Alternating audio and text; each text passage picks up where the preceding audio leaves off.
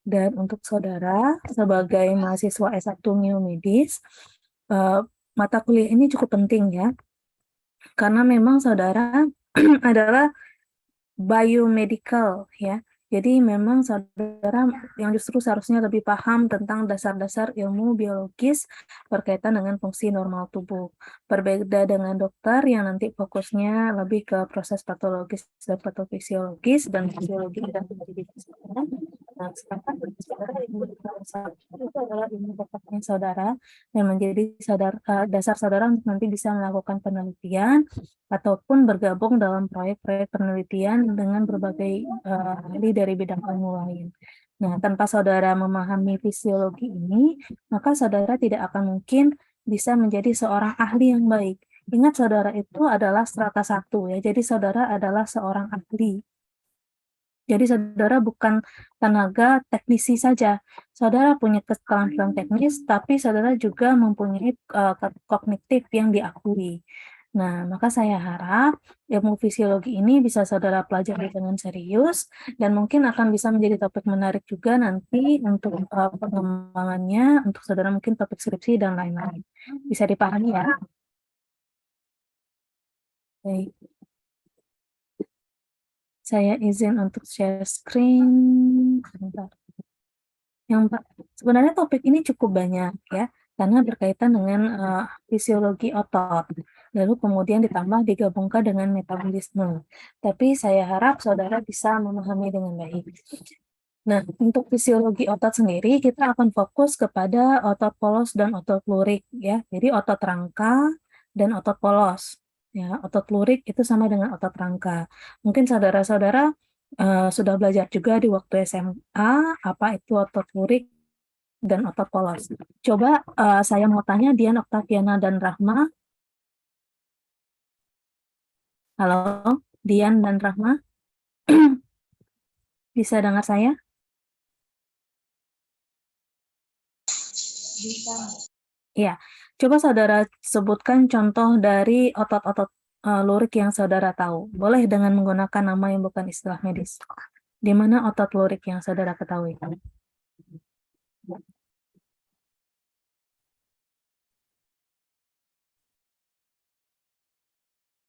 Silakan dicoba jawab saja. Nggak masalah kalau salah. Di rangkam. Di mana? Di rangkam. Iya, di semua otot rangka ya, dan bukan ya termasuk juga di wajah, lalu kemudian juga di lengan, di kaki, itu semuanya adalah otot rangka ya. Lalu coba kemudian Rahma Yulia hadir atau tidak? Rahma Yulia? Iya, Bu. Ya, kalau yang saudara tahu itu untuk otot polos, di mana contohnya?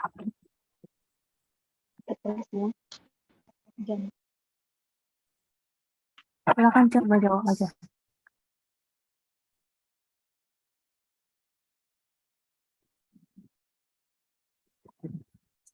Di usus, Bu. Oh iya, betul sekali ya.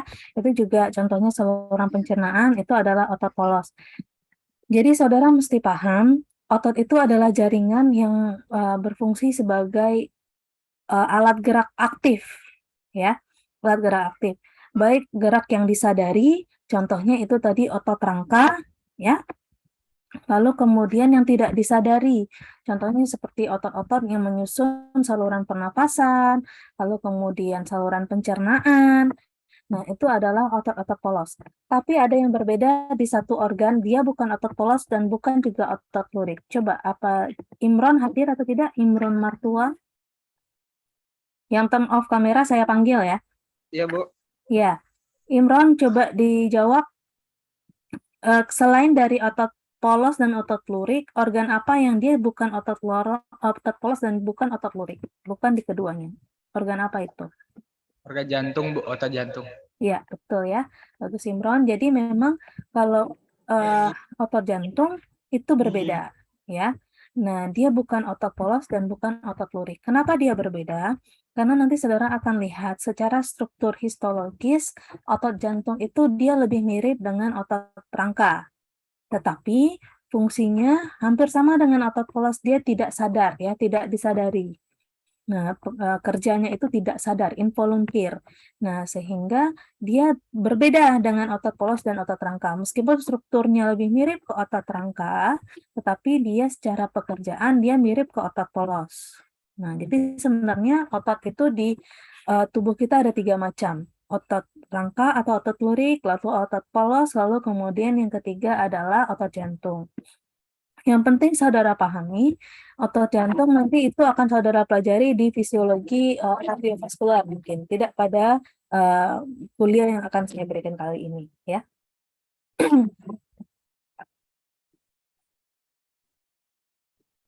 Baik, mulai masuk yang pertama. Oh, ini sebentar. Ya.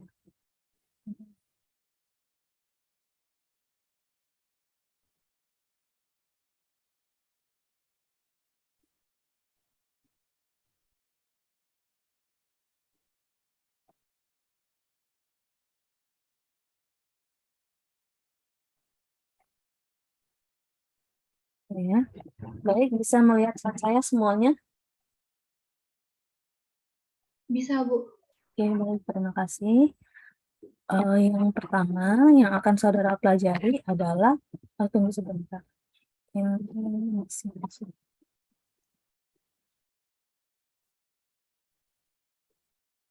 Badan. Sebentar ya. Yang Yang mic-nya kalau saya tidak tanya nggak usah aktif ya.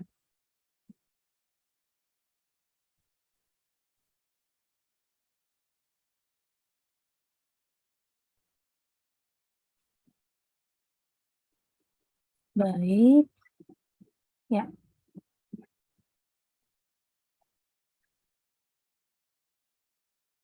Apa sudah terlihat? Sudah, Bu. Ya. Jadi untuk ilmu biomedis sendiri, sebenarnya saudara mesti tahu ya, bahwa di Indonesia itu masih baru. Sedangkan di negara-negara lain itu sudah sangat-sangat berkembang dan ilmunya itu benar-benar menjanjikan di zaman sekarang itu ya. Nah, di Indonesia sendiri itu yang baru ada ilmu biomedis itu pertama kali untuk strata 1 adalah di I3L. Ya, itu di International Institute of Life Science ya. Nah, itu tuh dia benar-benar menggunakan standar internasional dan buku-buku textbooknya pun kebanyakan adalah bahasa Inggris. Nah, saudara pun nanti untuk menyambung S2 kebanyakan peluangnya juga adalah di luar negeri ya. Nah, maka saya pun menyarankan supaya juga saudara familiar dengan kosakata untuk berkaitan dengan keilmuan saudara sebagai seorang ahli biomedis. Kalau kedokteran itu dia sudah biasa ya.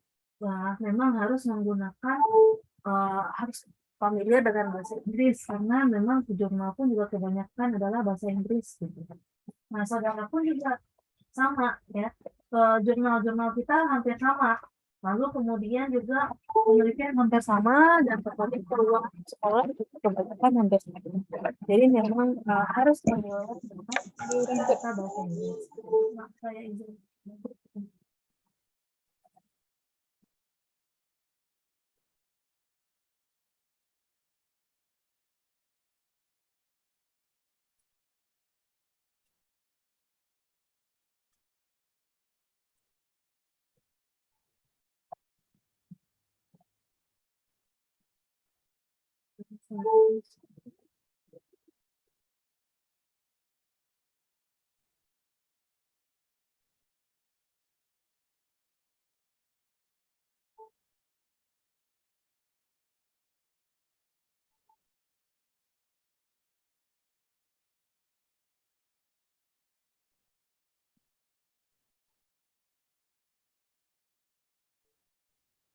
Baik, untuk tujuan pembelajaran kita itu ada 4 di sini ya.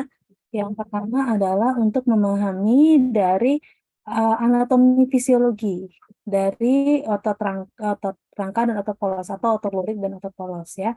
Lalu kemudian bagaimana saudara bisa memahami bagaimana otot-otot tersebut bisa berkontraksi, baik otot lurik maupun otot polos.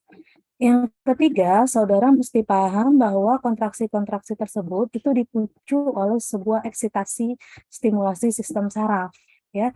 Jadi saudara akan mempelajari tentang eksitasi dari otot lurik dan polos sehingga saudara paham bagaimana otot itu sebenarnya awalnya bisa berkontraksi. Lalu kemudian saudara juga nanti akan melihat bagaimana sebuah rangsangan saraf itu bisa diteruskan dari satu sel otot ke sel otot lainnya.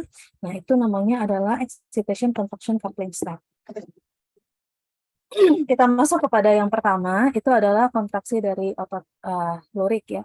Saya harap saudara-saudara bisa memperhatikan. Nah, saya harus recall lagi untuk anatomi fisiologi dari saudara-saudara. Nah, karena kalau saudara tidak paham anatomi dan juga histologi, itu akan sulit untuk memahami dari fisiologi. Karena untuk fisiologi kita hanya akan bicara proses, sedangkan untuk apa itu A, B, C, dan D, seharusnya saudara sudah paham di anatomi dan histologi. Saudara lihat di sini, ini adalah bentuk dari otot rangka. Ya, ini adalah otot rangka kita. Mungkin sudah saudara pelajari di SMA apa saja namanya. Sekarang saudara pelajari lebih dalam lagi. Nah, otot-otot ini dia tersusun oleh yang namanya muscle fasciculus, ya, atau fasciculus otot. Ya. Dan setiap fasciculus otot itu atau lembaran ya, istilahnya helaian otot, itu tersusun dari serat otot. Ya, jadi ini helaian-helaian otot yang tersusun dari serat-serat otot atau kita sebut sebagai muscle fiber. Muscle fiber itu tersusun dari myofibril. Nah, myofibril juga disebut sebagai myofibril ya di masyarakat kita. Nah, fibril otot ini ini adalah unit fungsional terkecil dari otot. Ya, unit fungsional terkecil dia mengandung yang namanya sarkomere.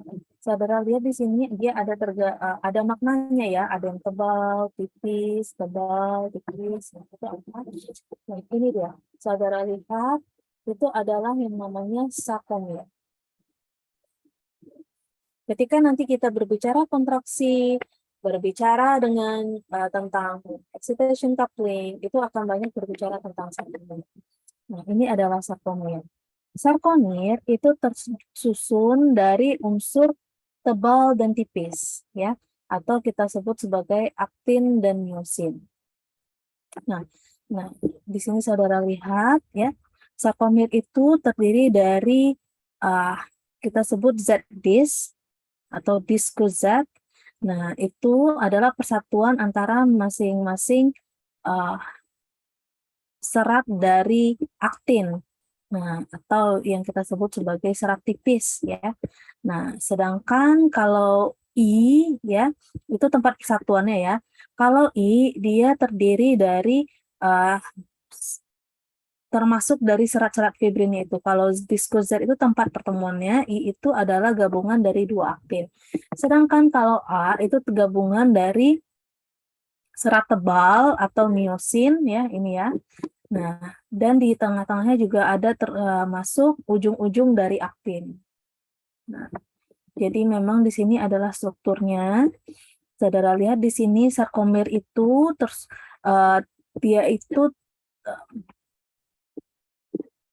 berada di antara satu diskozat dengan diskozat yang lain. Jadi ruang di antara Z dengan Z itu adalah sarkomer ya. Struktur di antara Z dan Z itu adalah sarkomer. Dia tersusun dari mikrofilamen yang tebal ya, atau kita sebut sebagai myosin, dan filamen yang tipis atau kita sebut sebagai aktin. Pasti saudara sudah pernah belajar ini di SMA, tapi ini adalah struktur yang lebih kompleks yang harus saudara lebih ketahui. Ya. Nah, ini saudara lihat, ini adalah myosin yang tebal, ini adalah aktin yang tipis, ya. Kemudian yang saudara lihat juga adalah kalau di aktin, dia mengandung ada molekul-molekul kita sebut sebagai G-aktin. Tetapi kalau pada myosin itu dia mengandung ada yang namanya struktur seperti kepala atau head myosin. Nah, di bagian heavy meromyosin ini. Nah, dia punya struktur seperti kepala. Kalau aktin dia punya struktur seperti molekul-molekul yang menempel. Saudara juga mesti lihat di sini, ini kan tadi saudara sudah tahu ada myofibril ya. Myofibril itu dia kan bersusun satu sama lain membentuk muscle fasciculus. Nah, di antara myofibril-fibril ini itu ada yang namanya nanti terminal cisternae. Ini ada terminal cisternae yang diantaranya ada nanti transfer tubul. Ya. Nah, ini akan penting struktur ini ketika kita nanti belajar tentang coupling mechanism. Nah, juga ada yang namanya sarkolema, di mana di dalamnya itu ada mitokondria. Nah, selain itu juga ada struktur yang namanya retikulum sarkoplasma yang akan meliputi nanti seluruh myofibril. Nah, retikulum sarkoplasma ini masing-masingnya itu dihubungkan oleh transfer tubul itu, ya. Jadi ini ya pengertiannya berdasarkan textbook sarkolema ya. Nah, ini adalah membran tipis ya yang melingkupi dari serat-serat otot. Nah, myofibrils ini ya, myofibrils itu tersusun dari filamen aktin dan miosin. Aktin yang tebal, aktin yang tipis, miosin yang tebal ya. Nah, ini juga ada untuk I-band, A-band, Z-dis atau pita I itu adalah mengandung hanya aktin saja. Kalau pita A itu mengandung miosin, sedangkan untuk diskus Z itu adalah di antara satu diskus Z dengan diskus Z yang lain terdapat yang namanya susunan sarkomer tersebut. Nah, ini juga struktur dia kalau kita lihat dari mikroskop elektron ya. Jadi ini seperti struktur yang sebenarnya. Jadi kalau otak itu kita iris tipis-tipis, dilihat di bawah mikroskop itu seperti ini. Nah, ini kalau sarkomer kita sederhanakan, ini adalah miosin, ini adalah aktin, ya. Nah, ini juga ada struktur protein lain kita sebut sebagai titin yang nanti juga berperan ya dalam proses konstruksi. Ini adalah Z-dis ya, tempat persatuan antara aktin dengan aktin atau juga membatasi antara sarkomer yang satu dengan sarkomer yang lain. Nah, jadi kalau saudara sudah kenal yang namanya retikulum endoplasmik, kalau pada sel-sel yang lain ya, khusus pada otot-otot, khusus pada sel-sel otot itu kita sebut sebagai retikulum sarkoplasma. Jadi dia sebenarnya retikulum endoplasma, tetapi khusus untuk sel-sel otot. Ya. Nah, di dalamnya ada sarkoplasma yang merupakan cairan intraseluler ya di antara masing-masing myofibril. Nah, titin ini struktur yang membantu supaya dia tetap pada posisinya masing-masing. Ini adalah ringkasan untuk anatomi dan fisiologi dari sistem otot, ya, ringkasnya, mungkin lebih banyak tentang anatominya sedikit. Nah, itu tolong saudara tonton videonya hanya sekitar 3-5 menit dan ada subtitle bahasa Indonesianya. Tolong ditonton secara mandiri ya. Ini akan memudahkan saudara untuk merecall kembali pengetahuan saudara sebelumnya. Kemudian ini juga ada ringkasan untuk muscle fisiologi untuk saudara pelajari secara mandiri ya. Kita masuk, sebelum kita bergerak maju lagi, kita pahami dulu struktur yang akan sangat penting sekali untuk kontraksi ya. Nah, itu adalah miosin dan aktin. Yang pertama saudara perhatikan itu adalah miosin ya. Miosin itu dia terdiri dari badan miosin, lalu kemudian ada kepalanya istilahnya atau hinge-nya. Nah, dan nanti ini akan berperan dalam cross bridge-nya. Cross bridge atau nanti persilangan antara aktin dan miosin. Ya. Dia ini kalau kita lihat secara mikroskopis susunannya seperti ini ya. Ada head-nya, ada tail-nya. Ini head, ini tail ya. Kemudian ada aktin. Kalau aktin itu nanti kita berbicara tentang ada active sites ya atau lokasi-lokasi titik aktif untuk penting dia berkontraksi. Lalu kemudian juga ada yang namanya troponin kompleks, ada tropomyosin, ada F-aktin. Nah, ini penting sekali, akan banyak nanti biomarker-biomarker yang akan berkenaan mengenai troponin. Saudara akan banyak belajar nanti, ya. Jadi saudara mesti mulai familiar dengan struktur yang bukan hanya makroskopis atau yang terlihat seperti yang saudara waktu SMA, saudara mesti paham juga dengan struktur-struktur mikroskopis, ya. Nah, yang nanti akan membuka ilmu saudara menjadi lebih luas. Nah, jadi jangan sama juga pengetahuan saudara ketika SMA dengan sudah menjadi S1 biomedis, itu berbeda ya tentunya. Dan ini adalah pelajaran saudara. Nah, ini adalah myosin ya. Tersusun dari body, arm, head, hinge, dan closed page. Lalu kemudian ada nanti aktivitas ATP di myosin head itu. Aktivitas ATP karena di sini ada mitokondria. Jadi di sinilah aktivitasnya nanti pergerakannya ya. Nah, di mana menjadi dasar untuk nanti kontraksi. Nah, kemudian di sini ada aktin filamen ya, tersusun dari kompleks aktin, troponin, dan tropomyosin atau I, T, dan C ya.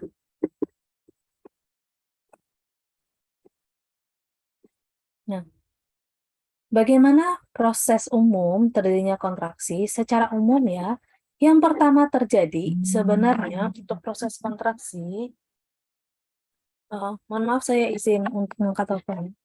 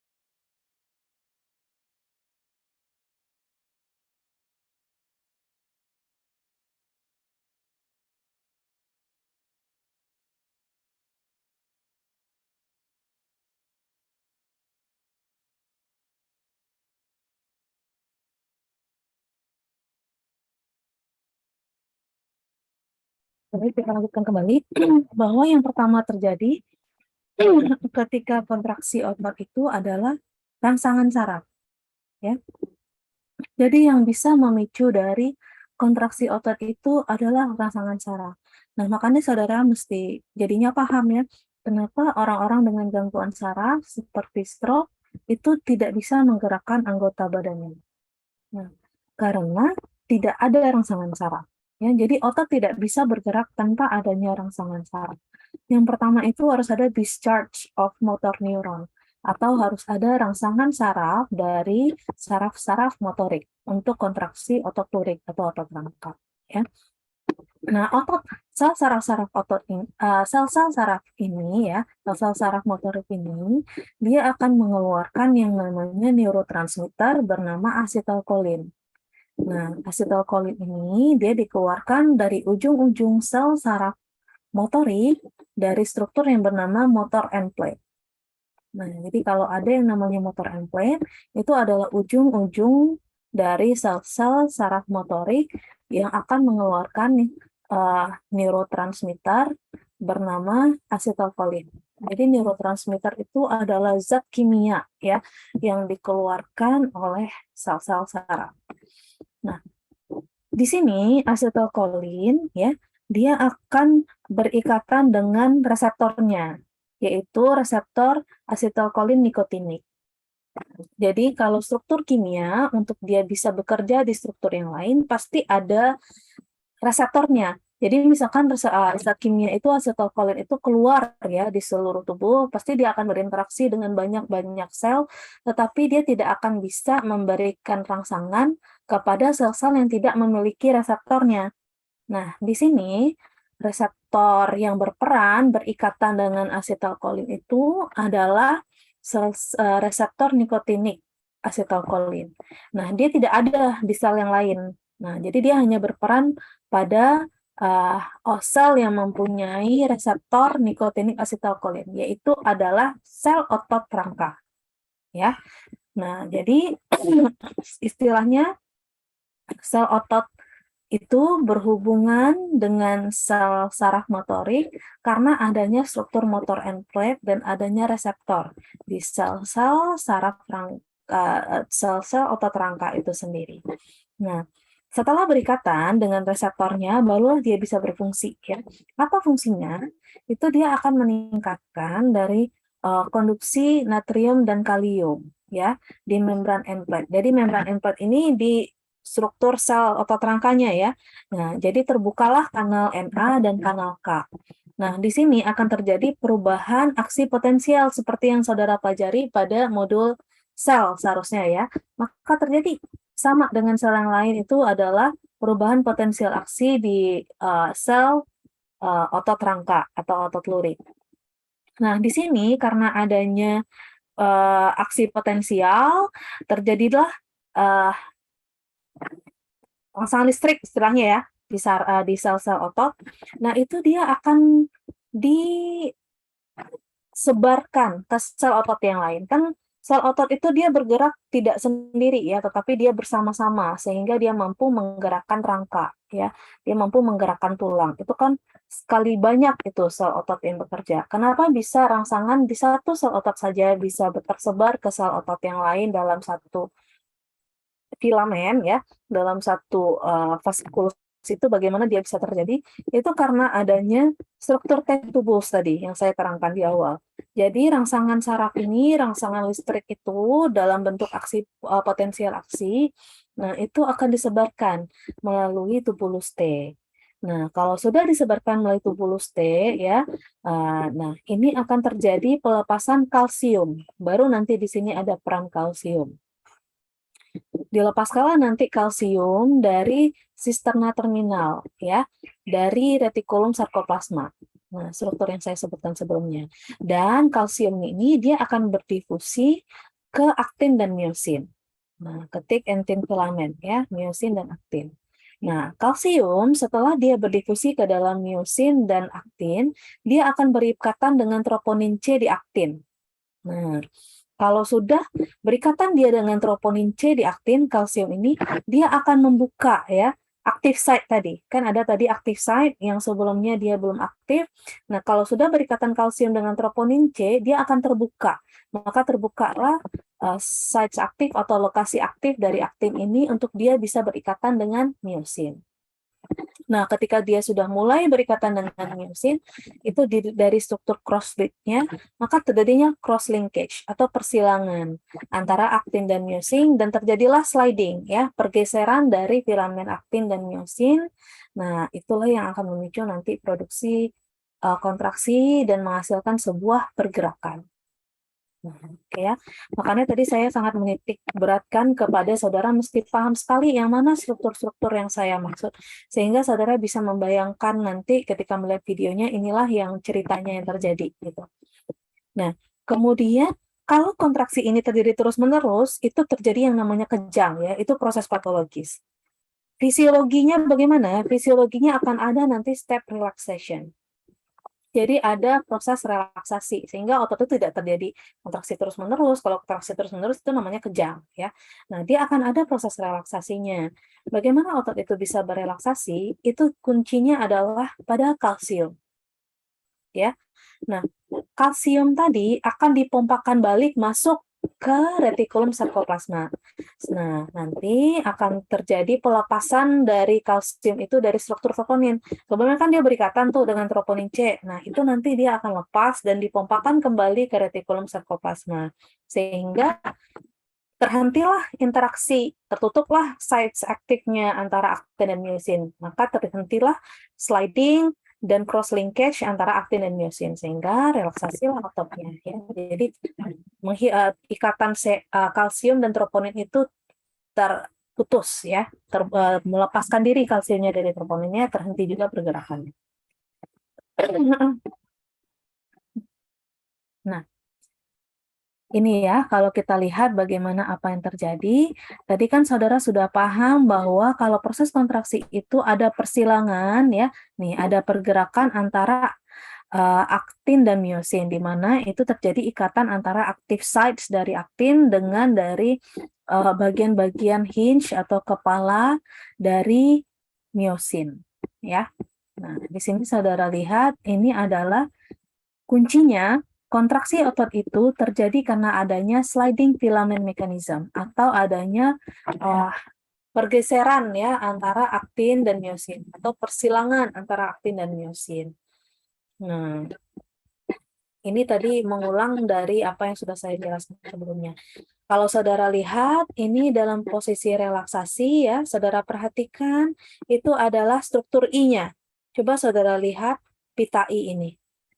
Sebelumnya pita I-nya ada sisa ya, ada cukup panjang. Nah, jadi struktur pita I pada sarkomir itu cukup panjang pada proses relaksasi.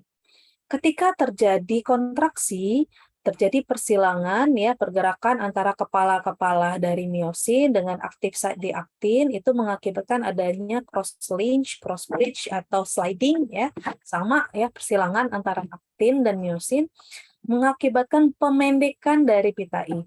Jadi apa yang terjadi pada sarkomir selama masa kontraksi itu adalah pemendekan dari struktur pita I. Karena aktin-aktinnya bergeser ke dalam dan memendek sarkomir tersebut. Nah, sehingga pada proses kontraksi terjadi pemendekan dari sarkomir khususnya pada bagian pita I karena adanya pergeseran antara aktin dan myosin atau persilangan antara aktin dan myosin. Proses kontraksi. Saya saudara lihat ya perbedaan antara relaksasi dengan kontraksi. Saudara perhatikan juga ketika saudara mengkontraksikan ya, yang mudah diamati itu misalkan saudara mengkontraksikan lengan otot atas, nah itu akan saudara lihat bahwa otot-ototnya itu memendek. Nah, jadi pada proses kontraksi otot itu secara umum dia memendek. Kenapa dia bisa memendek? Nah, ternyata ini yang terjadi secara mikroskopis. Nah, ini dia. Cross bridge cycling. Cross bridge cycling ini yang memungkinkan terjadinya kontraksi dan relaksasi dari otot-otot tersebut. Nah, ini dia saudara lihat ya proses nomor 1 ya. Kita lihat lebih rinci lagi bahwa kepalanya itu berikatan dengan active site yang merah-merah ini pada aktin filamen. Nah, awalnya dia seperti ini ya. Ketika ada kalsium yang berikatan dengan myosin, lalu kemudian juga ada nanti kalsium yang berikatan dengan aktin. Nah, itu nanti akan terjadi pelepasan kepala di myosin. Nah, yang aktif site-nya juga aktif ya karena adanya kalsium tadi. Nah, nanti dia karena awalnya dia lepas seperti ini memungkinkan pergeseran lalu kemudian dia berikatan lagi. Karena ada kalsium tadi, berikatan lagi, bergeser terus seperti itu. Jadi berpindahlah kepalanya ini dari aktif site yang satu ke aktif site yang lain, hingga nanti aktin dan myosin itu seperti memendek ya sarkomir itu. Nah, ini ada videonya untuk saudara lebih mudah memahami dengan memvisualisasikannya. Silakan dipelajari secara mandiri ya. Ada teks bahasa Indonesianya, jadi saudara tidak usah khawatir. Nah, saudara lihat tadi bahwa untuk kontraksi otot polos itu dibutuhkan pergeseran atau cross bridge atau sliding antara aktin dan myosin.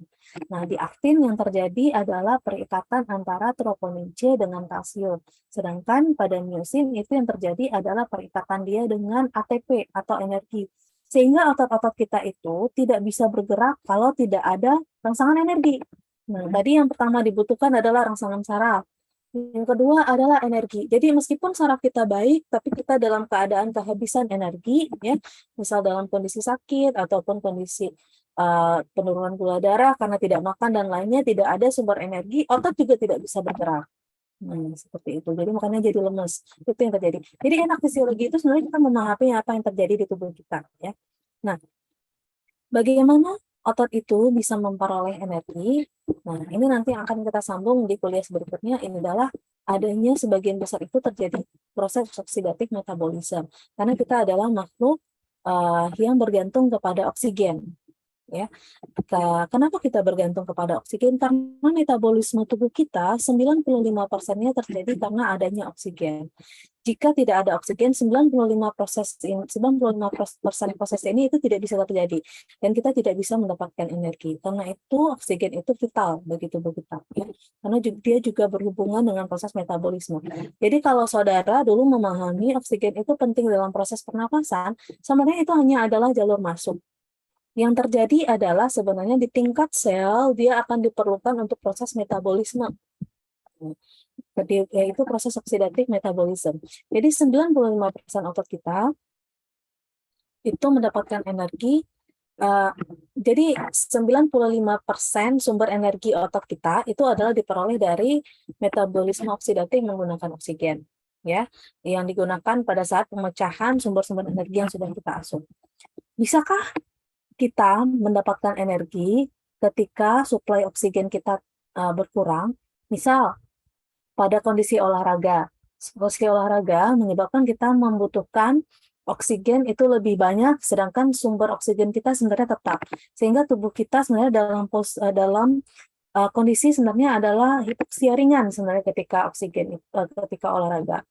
Nah, karena itu nanti ada yang membedakan, ada yang namanya olahraga aerob dan anaerob. Olahraga anaerob itu dia peningkatan oksigennya itu terjadi secara perlahan, sehingga sistem pernapasan sempat untuk melakukan adaptasi untuk bisa memenuhi, ya, dari kebutuhan oksigen. Jadi sistem kardiovaskularnya dan sistem respirasinya itu berfungsi aktif untuk beradaptasi memenuhi kebutuhan oksigen yang bertambah.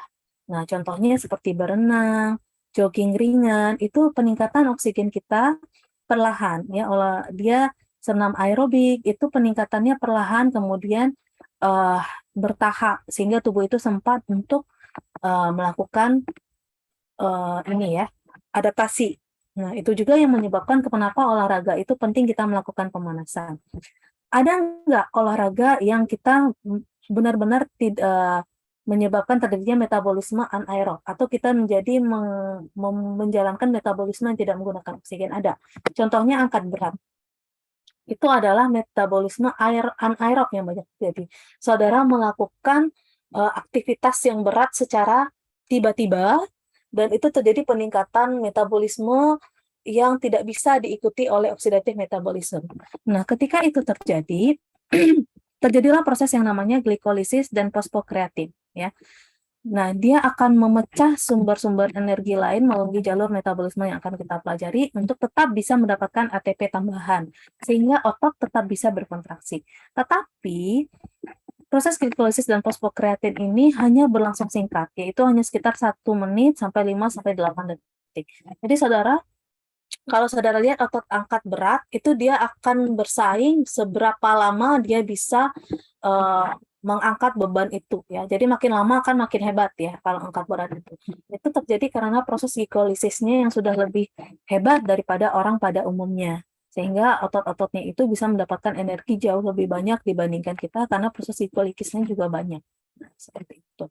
Nah, jadi kalau pada manusia pada umumnya normal proses itu hanya bisa terjadi singkat. Jadi saudara bisa mengangkat beban berat, tapi saudara tidak akan mampu mengangkatnya lama-lama. pasti saudara akan melepaskannya. Nah, itu yang terjadi karena proses glikolisis ini juga tidak akan bisa berlangsung lama. Juga dengan fosfokreatin itu juga tidak bisa berlangsung lama. Yang bisa memberikan energi lama dan sustainable itu adalah oxidative metabolism. Itu yang saudara pakai untuk berjalan, saudara pakai untuk menggunakan aktivitas tangan saudara seperti biasa. Nah, seperti itu. Nah, ini ya ada videonya, silahkan saudara tonton dulu. Nah, ini karakteristiknya ya. Saudara lihat ketika saudara mengangkat beban berat, yang terjadi sangat berat ya, melebihi dari kapasitas saudara, dia kontraksi, tapi tidak akan terjadi pemendekan. Dia tidak akan mampu. Itu kita sebut sebagai isometric contraction. Jadi, meskipun beban ototnya itu sebenarnya dia berkontraksi ya, sangat hebat di sini, tetapi tidak terlihat adanya pemanjangan. Nah, tidak terlihat pemanjangan. Yang terjadi hanyalah peningkatan tekanan. Seperti itu ya. Yang terjadi hanyalah peningkatan tekanan. Jadi pada kontraksi meningkat tekanannya di otot-otot ini, makanya bisa sakit otot-ototnya ya. Nah, sedangkan kalau pada kita mengangkat beban biasa, misal saudara mengangkat tas saudara dan lain-lain, itu terjadi kontraksi yang fisiologis yang lebih, maksudnya ini kedua-duanya fisiologis ya, tapi maksudnya yang lebih umum ya, dan lebih bisa dikompensasi oleh tubuh dan tidak mengakibatkan rasa nyeri ketika kita melakukannya secara jangka waktu yang cukup lama. Jadi dia bisa memendek. Jadi isotonik ya terjadi ketika kontraksinya lebih kuat daripada bebannya. Kalau ini terbaliknya, ketika bebannya lebih besar daripada kontraksinya. Nah, ini juga karakteristik pas otot itu ada serat merah dan ada serat putih ya, ada otot merah dan otot putih. Itu ada slow fibers atau serat yang lambat dan ada serat yang cepat ya. Kalau serat yang lambat itu biasanya pada otot-otot kecil yang biasa kita gunakan untuk berjalan ya. Nah, lalu kemudian dia ada large amount of myoglobin, banyak ya mitokondrianya di situ sehingga dia berwarna merah. Karena biasanya otot-otot slow fibers ini kita gunakan terus-menerus, misal otot-otot jari, otot-otot telapak kaki ya. Nah, dia itu nih soleus ya. Nah, jadi dia itu memang kita gunakan biasanya untuk aktivitas sehari-hari. Kalau fast fibers itu adalah otot-otot yang biasanya digunakan oleh para atlet untuk berolahraga. Jadi sumber kekuatan. Jadi dia kekuatannya besar. Contoh pada anterior tibialis itu pada kaki bawah ya, misalkan untuk menendang misalnya atau untuk berlari. Nah, itu dia biasanya ototnya memiliki kekuatan yang lebih besar karena di sana ada sarkoplasma reticulumnya dia lebih banyak sehingga rantaran dari sarafnya itu cepat sekali diantarkan di situ. Nah, enzim-enzim glikolitiknya juga lebih banyak sehingga itu tadi yang pada orang-orang olahragawan enzim glikolitiknya juga lebih banyak ya sehingga supply ketika dia menendang atau tiba-tiba dia berlari kencang ya. Jadi futsal itu bukan aerob ya, itu adalah anaerob. Saudara, futsal itu sebenarnya berlari kencang dalam jangka waktu singkat. Nah, itu adalah anaerob. Sepak bola itu adalah anaerob. Kecuali kalau saudara beritmik seperti jogging, lambat, makin lama makin kencang, nah itu baru aerob ya. Nah, itu otot-ototnya di situ banyak enzim glikolitiknya untuk mendapatkan energi tambahan. Nah, tetapi karena dia jarang digunakan, itu mitokondrianya biasanya juga lebih sedikit karena itu dia warnanya lebih putih. Nah, ada juga proses remodeling. Jadi ketika saudara sering ya menggunakan otot saudara, itu yang terjadi adalah muscle hypertrophy. Sering ketika kita merangsang ya otot-otot itu sering menggerakkannya, misalkan saudara sering apa sih namanya gym ya, seperti itu. Nah, tubuh akan mengkompensasi dengan meningkatkan jumlah aktin dan myosin filamentnya. Makanya aktin dan myosin ini kan adalah protein. Nah, maka ketika saudara ingin menambah massa beban otot, memperbesar otot, yang dibutuhkan bukan hanya olahraga, tetapi juga adalah suplai protein. Tapi ingat, suplai protein yang berlebihan juga akan mengganggu fungsi ginjal. Sehingga memang kalau memang saudara berniat untuk menambah asupan otot itu suplai proteinnya tetap harus seimbang dengan komposisinya dengan yang lain dan tidak boleh berlebihan ya. Jika diperlukan saudara harus konsultasi dengan dokter spesialis gizi. Tidak bisa sembarangan mengkonsumsi suplemen karena akan membahayakan fungsi ginjal ya. Jadi saudara berotot tetapi meninggal karena gagal ginjal. Itu tidak lucu ya. Nah, jadi sangat reckless atau sangat tidak berhati-hati ketika saudara mengkonsumsi suplemen protein hanya untuk memperbesar otot tanpa memperhatikan fungsi fisiologis organ-organ yang lain. Lalu kemudian protein-protein yang lain juga akan ditambah ya. Nah, jadi nanti akan terjadi penambahan massa otot. Nah, itu terjadi ketika ini ya, very intensive endurance. Jadi saudara memang memberikan rangsangan otot yang sangat intensif ya, latihan beban otot ya. Nah, itu nanti dia diimbangi dengan asupan protein maka akan menambah massa otot. Itu yang terjadi pada atlet angkat berat contohnya ya, atau pada atlet lari itu otot paha dan otot betisnya itu besar ya, itu terjadi adalah muscle hypertrophy. Nah, juga bisa terjadi muscle atrophy. Nah, coba saya tanya ya, setelah saya jelaskan tadi ya, kira-kira penyakit apa yang bisa menyebabkan terjadinya muscle atrophy? Coba, mana nih yang nggak aktif kameranya saya panggil. Haikal dan Dava. Haikal dan Dava hadir? Nah, kira-kira apa tuh penyakit yang akhirnya bisa menyebabkan orang itu kehilangan massa ototnya? Yang saudara tahu aja.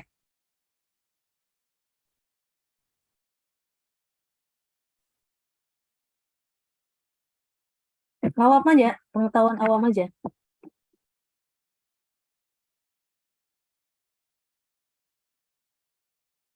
Halo, Haikal, Dava?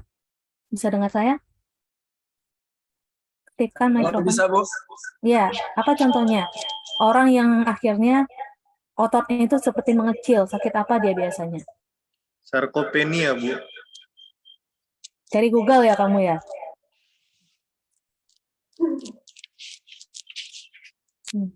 Apa itu sarkopenia? Yang biasa-biasa aja, yang sering saudara temui, keluarga, dan yang lain. Misalkan apa yang menyebabkan dia? Coba. Sarkopenia, saya aja belum pernah ketemu sama pasien sarkopenia. Nah, coba dibantu Hana Shifa. Atau ini deh, Yufa, Adam, dan Imron. Bertiga, tapi yang kelihatan cuma satu. Mana ini Yufa, Adam, atau Imron? Yufa, Bu. Nah, Adam dan Imron mana? Udah pakai device masing-masing tadi. Mana dia? Iya. Mana dia mereka? Permisi, Bu. Imron sama Alvan. Oke. Nah, coba dibantu temannya. Apa kira-kira sakit yang umum aja yang saudara ketahui yang bisa dia jadinya ototnya itu seperti mengecil? Tidak harus bahasa medis. Parkinson.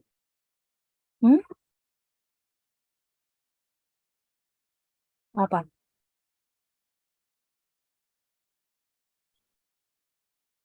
Atau ada nggak yang bisa bantu yang lain? Kan sudah saya sebutkan tadi, contohnya seperti orang stroke. Orang stroke, dia terbaring atau lumpuh sebelah. Saudara perhatikan nggak ke bawah otot-otot di tempat dia yang lumpuh itu mengecil? Ya, mengecil sebelah kakinya di tempat yang lumpuh. Misal dia lumpuhnya yang bagian tubuh sebelah kanan. Itu kalau saudara ukur lingkar otot betis kanan dan kirinya tidak akan sama. Yang kanan itu akan mengecil. Ya. Jadi sel otot juga begitu ya. Ketika dia tidak dirangsang dan ketika dia tidak dipakai, unused for a long period, nah itu dia akan decay atau dia akan menghilang protein-proteinnya ya. Sehingga nanti otot-ototnya itu juga mengecil atau kita sebut sebagai atrofi. Nah, itu terutama ketika dia kehilangan nerve supply ya. Jadi kalau dia tidak ada lagi rangsangan saraf, otomatis dia nanti akan mengecil ya. Juga misalkan pasien dengan patah tulang paha misalkan. Jadi kakinya diistirahatkan selama 8 minggu. Kalau saudara ukur lingkar paha yang patah, lalu kemudian diistirahatkan dengan yang kaki, misalkan patahnya kaki kiri, kaki kanan dia berusaha untuk selama ini jalannya hanya dengan menggunakan tongkat dan kaki kanan, otot-otot kaki kanan. Sedangkan kaki kiri itu diistirahatkan ya, atau dipasang gips dan lain-lain, dia tidak boleh dipijakkan. Nah, setelah dia sehat dan bisa berjalan dengan kedua kakinya, itu harus menjalani fisioterapi. Karena ototnya itu udah nggak sama besar. Ya, selama 8 minggu tidak digunakan itu, kalau saudara ukur lingkar otot paha kanan dan kirinya, yang kiri yang patah itu pasti lebih kecil. Nah, seperti itu ya. Prinsipnya ketika dia unused for a long period, apakah itu karena trauma dan lain-lain seperti patah tulang sehingga dia harus diistirahatkan, atau memang karena loses its nerve supply, misalkan pada orang-orang yang sakit stroke, nah itu dia ukuran ototnya akan mengecil ya. Nah, ini adalah excitation dari skeletal muscle. Nah, ini ya, kalau saudara lihat bahwa rangsangan saraf itu berasal dari saraf pusat ya, diteruskan nanti di otak ya, di bagian korteks motorik, lalu kemudian diteruskan ke sumsum tulang belakang di spinal cord. Nah, itu akan keluar dia melalui jaras di somatic neuron ya. Jadi di jaras dorsal ya. Nah, ini ada somatic motor neuron ya, keluar dari saraf-saraf motorik. Nah, akan membentuk ujung-ujungnya itu sebagai motor unit. Dan di ujungnya itu adalah nanti akan ada motor end plate ya, dan juga nanti ada dari membran end plate dari sel-sel saraf. Keduanya berhubungan membentuk neuromuscular junction. Ya. Jadi motor unit itu terdiri dari somatic motor akson atau saraf motorik ya. Lalu kemudian ada neuromuscular junction di mana itu adalah perhubungan antara motor end plate dari sel saraf dengan membran end plate dari sel-sel otot rangka. Nah, seperti itu. Jadi saudara mesti ingat satu muscle fibers ya. Jadi satu muscle fibers, ya ini fibers itu yang sepanjang ini ya, bukan satu sarkomir ya. Satu muscle fibers itu satu motor fibers juga. Sel saraf fibernya juga satu. Nah, ini ya membran potensialnya cukup saudara ketahui ya. Untuk restingnya itu adalah min 80 sampai min 90 ya. Nah, di mana dia itu hampir sama ya dengan yang terjadi di sistem saraf. Nah, tapi untuk aksi potensialnya itu 1 sampai 5 milisecond itu lebih besar daripada yang terjadi pada saraf pada umumnya. Sedangkan kalau kecepatannya itu 3 sampai 5 second meter per second, sangat cepat ya, di mana itu 1/18 dari kecepatan konduksi dari sel-sel saraf ke sel saraf yang lain. Ini kan ceritanya membran potensial dari sel saraf ke sel otot ya. Nah, dibandingkan dengan sel saraf ke sel saraf. Secara aksi potensial dia sama, tetapi untuk durasi dan kecepatan dia lebih untuk durasi dia lebih panjang, untuk kecepatan dia lebih lambat ya. Ini ya yang terjadi ya, motor end plate ya. Ini yang terjadi pada membran end plate. Itu sudah dijelaskan sebelumnya. Silakan saudara baca lagi. Nah, ini ya videonya. Silakan saudara tonton untuk pemahaman saudara untuk yang lebih mudah. Nah, ini coupling steps. Nah, coupling step itu ketika nanti yang saya jelaskan sebelumnya ya. Jadi sebelumnya yang umum itu saya rincikan lagi ke belakang, bisa saudara baca ya. Ini bagaimana terjadinya penghantaran antara sel otot yang lain ke sel otot yang satu ketika sudah terjadi rangsangan saraf, di mana dia yang berperan di sini adalah T2 ya dan kalsium. Nah, masuk kepada sel otot polos. Mungkin saya cepat saja karena dia tidak, saya akan menekankan kepada perbedaan-perbedaannya saja. Yang penting saudara ketahui bahwa struktur otot polos itu jauh berbeda dengan sistem saraf, ya, sistem otot lurik atau otot rangka ya. Dia jauh lebih abstrak. Nah, dan aktin dan myosinnya itu dia strukturnya itu tidak rapih seperti otot rangka ya. Jadi dia lebih tidak seteratur dari otot-otot rangka. Nah, otot polos ya. Jadi kalau saudara lihat ini strukturnya itu tidak serapi dari otot rangka. Nah, apa perbedaannya? Kalau otot rangka itu tadi saudara belajar yang namanya T-tubus. Nih, kalau di otot polos ada yang namanya gap junction. ya, gap junction. Jadi antara listrik dari sel otot saraf polos, sel otot polos yang satu dengan sel otot polos yang lain, nah itu dihantarkan melalui gap junction. Itu tidak ada di sel otot rangka, ya. Lalu kemudian adanya dense body dan dense plug. Nah ini dia. Nah itu juga tidak ada di sel-sel otot rangka. Nah ini kenapa otot polos itu bisa berkontraksi secara terus-menerus bahkan tanpa kita sadari, ya. Nah, karena adanya ini, ya, gap junction ini. Nah, saudara lihat mediatornya kalau dari neurotransmitter di otot rangka tadi apa? Umi bisa bantu? Kalau otot rangka neurotransmitternya tadi apa?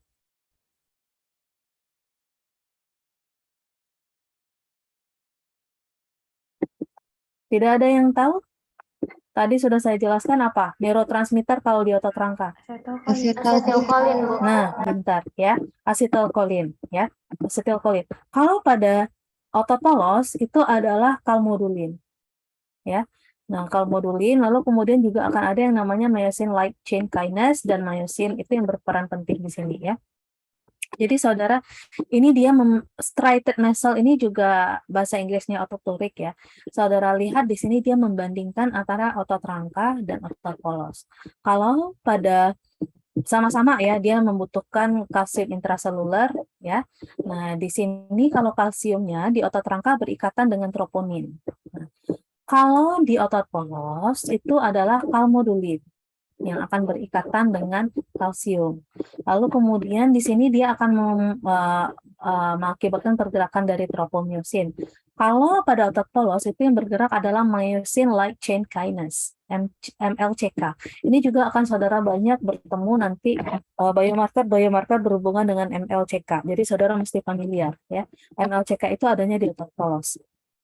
Nah, di sini expose binding-nya itu adalah di aktin. Tapi kalau pada otot polos itu expose binding-nya adalah di myosin. Nah, gitu. Jadi nanti akan ada terjadi interaksi antara aktin dan myosin itu menjadi nanti dari kontraksi.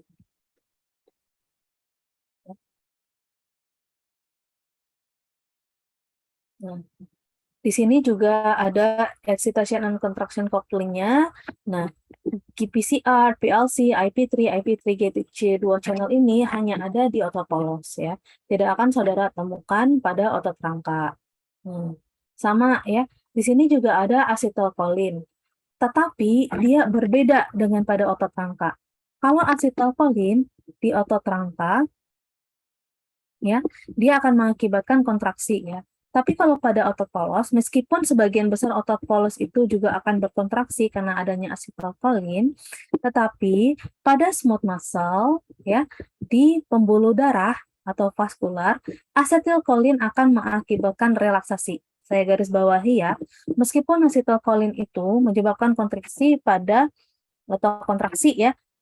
semua otot rangka dan sebagian besar otot polos, tetapi khusus pada pembuluh darah dia akan mengakibatkan adanya relaksasi.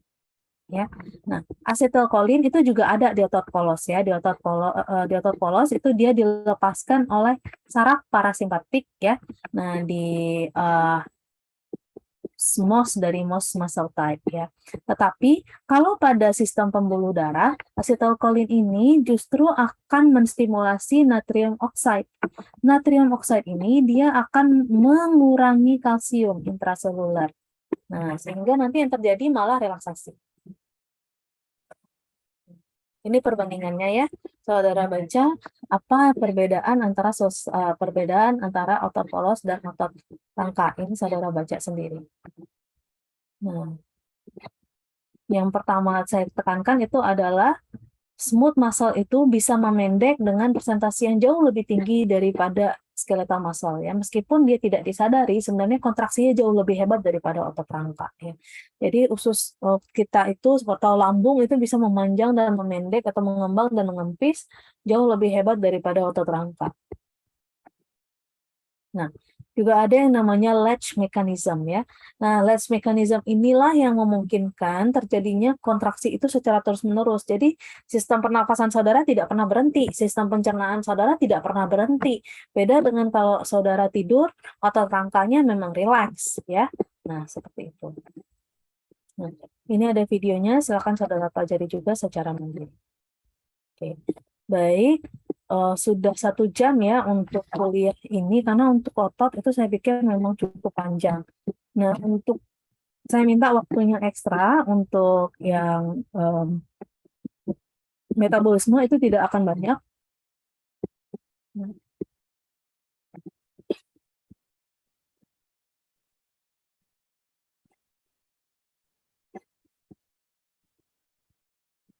Saya hanya akan banyak merecall pengetahuan saudara di SMA ya.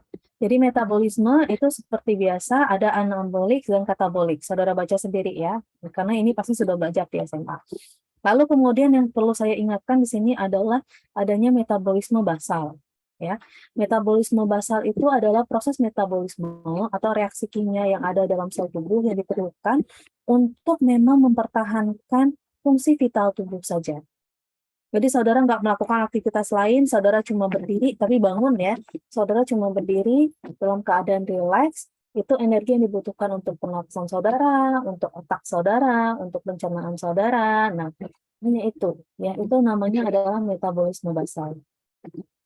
Jadi hanya untuk hidup ya. Nah, saya juga perlu ingatkan di sini ada hukum pertama termodinamika dan hukum kedua termodinamika. Yang pertama bahwa ada keseimbangan energi, bahwa energi yang masuk akan sama dengan energi yang dikeluarkan dan energi yang disimpan atau digunakan. Ya. Nah, hukum kedua termodinamika, energi yang terbuang itu atau output itu adalah sebagian besarnya adalah panas.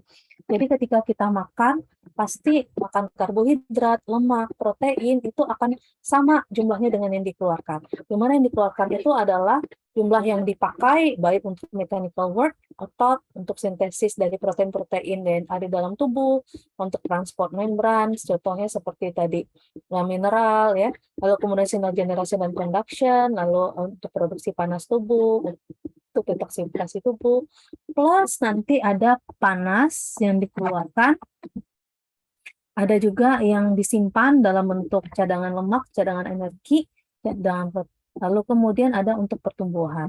Nah, ternyata 95% itu adalah panas. Ternyata energi yang kita gunakan untuk hidup dan untuk tumbuh, juga untuk disimpan itu hanya sekitar 5%-nya saja. Nah, dan juga saudara mesti saya ulangi lagi bahwa 95% itu kita menggunakan oksigen ya, sehingga energi kita adalah sebagian besarnya adalah energi aerob. Nah, ini saudara boleh baca. Nah, sekarang saudara sudah tahu bahwa sebagian besar proses metabolisme itu menghasilkan panas ya. Kita nggak bisa mengukur berapa yang kita pakai. Ya, kita tidak bisa mengukur kalau kita mau mengetahui berapa sih laju metabolisme saya gitu kan, seberapa cepat sih tubuh saya memetabolisme sesuatu, kita nggak bisa mengukur dari berapa yang kita gunakan, berapa yang kita simpan, itu tidak bisa. Yang bisa kita ukur adalah berapa panas yang kita lepaskan, karena itu dia juga mencerminkan metabolisme secara umum, karena dia 95%-nya dihasilkan panas tubuh ya. Nah, sehingga nanti metabolisme itu akhirnya diputuskan oleh para ahli untuk mengukurnya dengan panas saja. Nah, satuannya adalah kalori, di mana kalori itu adalah jumlah panas yang diperlukan untuk menaikkan suhu 1 gram air sebanyak 1 derajat Celcius.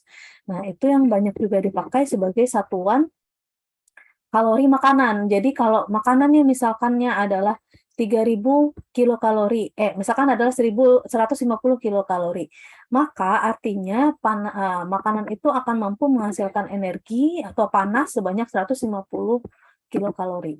Nah, kemudian cara mengukurnya ada langsung atau tidak langsung. Yang langsung itu menggunakan kalorimeter seperti ini. Itu menggunakan alat seperti chamber yang ada biasanya di laboratorium, dan itu sangat sulit ya, sangat sulit untuk dilakukan. Karena dia memang benar-benar mengukur panas yang kita keluarkan dari dalam tubuh. Nah, biasanya hanya digunakan untuk keperluan penelitian. Bagaimana kita bisa mengukurnya dengan nyaman? Jangan lupa ya, satu lagi yang sama ya untuk metabolisme ini adalah oksigen. bahwa sebagian besar proses metabolisme itu terjadi karena adanya oksigen. Maka selain dari panas yang dihasilkan, kita juga bisa mengukur secara tidak langsung metabolisme itu dari banyaknya oksigen yang kita konsumsi. Nah, banyaknya oksigen yang kita konsumsi itu kita bisa ukur dengan spirometri. Itu bisa dilakukan dengan mudah dan interpretasinya juga murah ya. Nah, gitu. Kemudian, jadi saudara cukup tahu bahwa pengukuran langsung itu dengan kalorimeter. Pengukuran tidak langsung adalah kita mengukur konsumsi dari oksigen menggunakan respirometer atau spirometri. Saudara lihat juga ini akan saya perbaiki ya, ada yang ini seharusnya adalah melingkari dari basal metabolisme itu adalah sebagian besar komponen energi kita yang bisa kita ukur ya. Nah, energi lain ini ya. Nah, dan saudara mesti tahu bahwa ada nilai normalnya metabolisme itu. Ini adalah nilai basal metabolisme yang bisa kita ukur ya, karena kita nggak bisa mengukur. Kalau saudara lihat di sini, physical aktivitas, non-exercise, thermic effect of food, berapa banyak makanan dia makan, aktivitas seksualnya, bagaimana metabolisme tidurnya, itu tidak bisa kita ukur. Yang bisa kita ukur adalah metabolisme rate. Jadi ketika kita mengukur metabolisme seseorang, baik dalam menggunakan kalorimeter maupun menggunakan spirometer, itu orangnya harus dalam kondisi basal saja. Kita hilangkan semua efek ini. Jadi dia dalam keadaan baru bangun tidur, belum beraktivitas, tidak ada berjalan jauh, tidak ada berjalan cepat, tidak ada naik tangga, kita ukur. Nah, itu idealnya. Kita bisa mengukur basal metabolisme. Nah, itu kita akan bisa melihat membandingkan antara satu orang dengan orang lainnya. Kita nggak bisa membandingkan metabolisme utuh seseorang dengan seorang lainnya karena aktivitasnya berbeda-beda. Tapi kalau basal metabolisme, berapa energi yang kita butuhkan untuk hidup itu sama, ya. Dan itu dia hanya dipengaruhi oleh jenis kelamin laki-laki dan perempuan dan umur. Saudara lihat di sini, anak umur 10 tahun, jenis kelamin laki-laki, maka basal metabolismenya itu adalah sekitar 46. Dibandingkan dengan orang dengan usia 60 tahun, ya, laki-laki itu kebutuhannya hanya sekitar basal metabolismenya hanya sekitar 35 kalori per luas tubuh per jamnya. Ya. Jadi kalau usianya lebih kecil itu basal metabolismenya lebih tinggi. Karena itu anak-anak itu tidak mudah gemuk dibandingkan orang yang sudah tua. Remaja juga tidak mudah gemuk. Karena dia ada hormon pertumbuhan di situ, ya, yang akan merangsang metabolismenya jauh lebih tinggi. Jadi hormon pertumbuhan itu merangsang metabolisme lebih cepat sehingga dia butuh inputnya lebih banyak, ya. Input kebutuhan energi lebih banyak. Pria juga lebih banyak. Demam kita juga lebih banyak. Karena itu kalau orang demam sedangkan dia kebutuhan inputnya sebenarnya meningkat karena outputnya bertambah, tapi dia tidak makan, maka yang dipakai adalah cadangan. Karena itu orang demam biasanya dia semakin kurus. Itu juga ketika kalau orang dengan banyak tidur atau malnutrisi, itu yang terganggu adalah penyerapan energinya. Sehingga nanti akan banyak gangguan penyerapan dari energi-energi itu. Yang kita gunakan biasanya adalah persamaan Harris-Benedict yang direvisi untuk menghitung BMR tanpa perlu kita menggunakan kalorimeter ataupun spirometer tadi. Itu bisa menggunakan Harris-Benedict yang ini. Saudara tinggal masukkan berapa, maka kita akan bisa melihat berapa basal metabolismenya. Nah, seperti itu. Sekian untuk metabolisme, saudara juga bisa nonton banyak ya video tentang metabolisme di YouTube, itu saudara bisa dengan mudah memahaminya juga. Sekian untuk kuliah hari ini, apakah ada pertanyaan?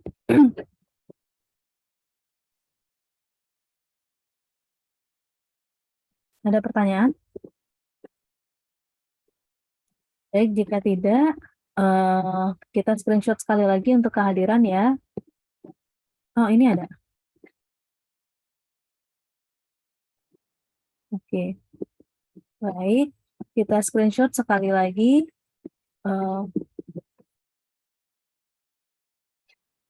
Mungkin yang masih menggunakan nama singkat bisa diganti jadi nama lengkap ya. Dan nomor BP, karena nanti mungkin bermasalah untuk nama lengkap paling kurang ya. Haikal dan Dava ini masih nama pendek. Dan T. Elsa Manda juga masih nama pendek. Nah, itu tolong diganti menjadi nama lengkap.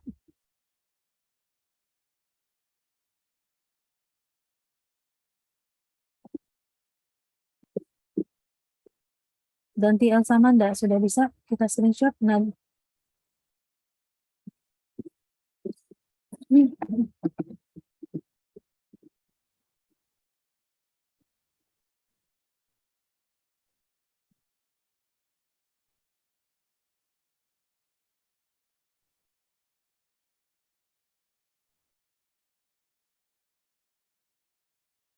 ini saudara semester berapa ya? Semester 3 ya? Iya, Bu. Iya, Bu.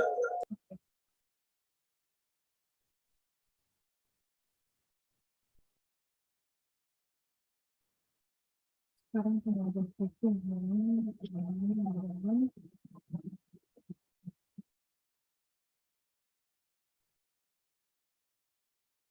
Ini pertemuan keberapa, saudara, untuk fisiologi jatuhnya? Pernah menjawabnya? Izin menjawab, Bu. Pertemuan ke-6, Bu.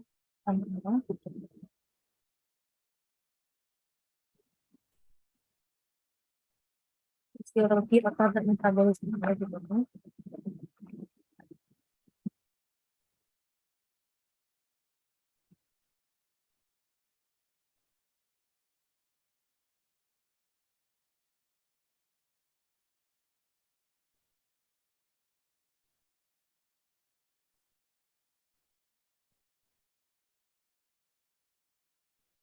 Total ada berapa orang ini yang hadir? 31. Bu. 31 tambah 1, 2, 3. 1, 2, 3, 4. Oke, berarti ada 34 ya. Dikurangi saya berarti 33, betul? 1, 2, 3, 4, 5. Oh, 34 berarti ya.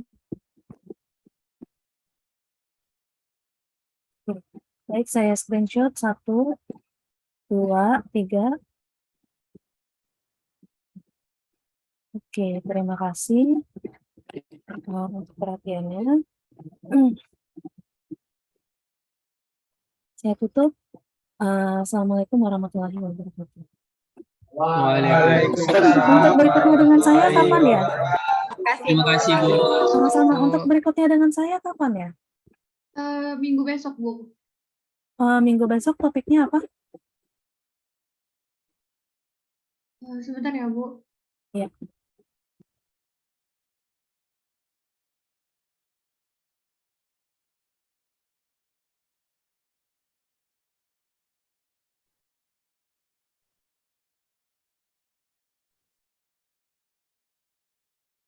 Minggu besok reproduksi, Bu. Reproduksi ya. Oke, baik. Terima kasih. Silakan. Tips Zoom. Assalamualaikum warahmatullahi wabarakatuh.